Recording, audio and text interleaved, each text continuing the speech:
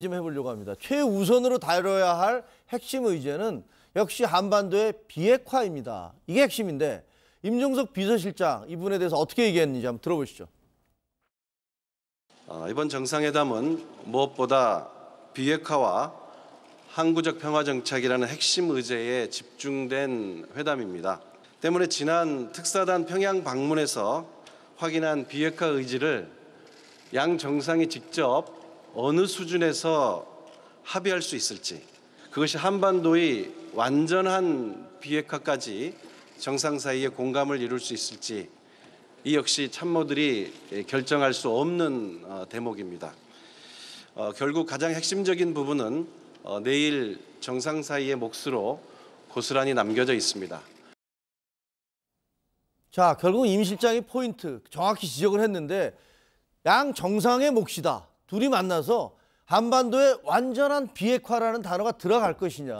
뭐 결국은 이게 핵심이겠죠. 네, 그렇습니다. 뭐 김 실장이 지금 말을 했는데 완전한이라는 표현이 굉장히 중요합니다. 완전한 비핵화라는 것은 이제 미국이 얘기하는 CVID와 이제 일맥상통하는 것이고, 그다음에 이제 핵 무기, 시설 그리고 물질까지 모두 이제 폐기하는 것을 이제 얘기하는 거기 때문에 굉장히 중요하고, 문재인 대통령이 사실 세 가지 의제를 갖고 갑니다만 뒤에 두 가지 의제는 이미 거의 조율이 끝났어요. 좀 전에 이제 말씀드렸듯이 비무장지대에서 초소를 해체하는 문제라든가 남북 간의 연락사무소를 설치한다든지 남북 정상회담을 정례화한다든지 해서 다 두 번째, 세 번째 평화체제 구축 또 남북협력 직진에 대해서는 사실은 거의 그 평화협정을 이게 하자. 네. 평화협정 종전선언의 경우도 사실 남북한 간에는 이제 정치적 선언을 하는 것이고요. 예. 법적으로 국제법적으로 인정받을 수 있는 것이 미국과 중국이 다 참여하는 것이기 때문에 문재인 대통령 본인이 또 그런 얘기를 어제 한 바가 있습니다. 그래서 2번, 3번에 대해서는 이미 사실 뭐 밑에서 다 일을 다 한 셈이고요. 두 정상이 만나서 정말 일을 해야 되는 것은 첫 번째입니다.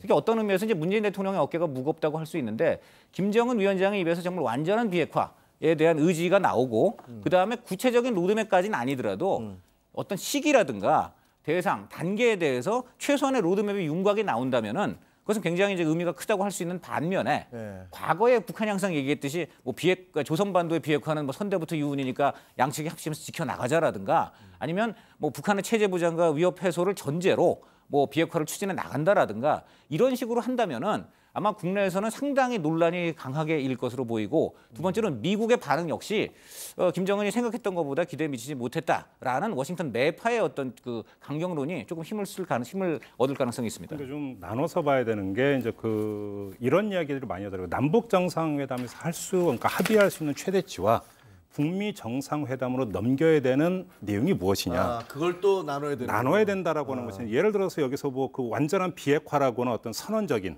그다음에 방향성에 대한 확고한 천명까지가 남북 정상회담에서 이루어지고, 그러면 완전한 비핵화를 위한 로드맵, 그래서 일정을 언제까지 어떤 방식으로 이것을 그러니까 그 비핵화를 실현한다라고 하는 것은 오히려 북미 정상회담으로 넘어갈 가능성이 있다. 그리고 그게 돼야만이 트럼프가 그걸 자기의 공으로 공치사하게 될 것이다. 이 점 때문에 완전한 비핵화의 선언까지가 아마 남북 정상회담에서 나올 수 있는 그 최대치가 아닌가, 이렇게 그러니까 전망하는 사람들이 많이 있더라고요.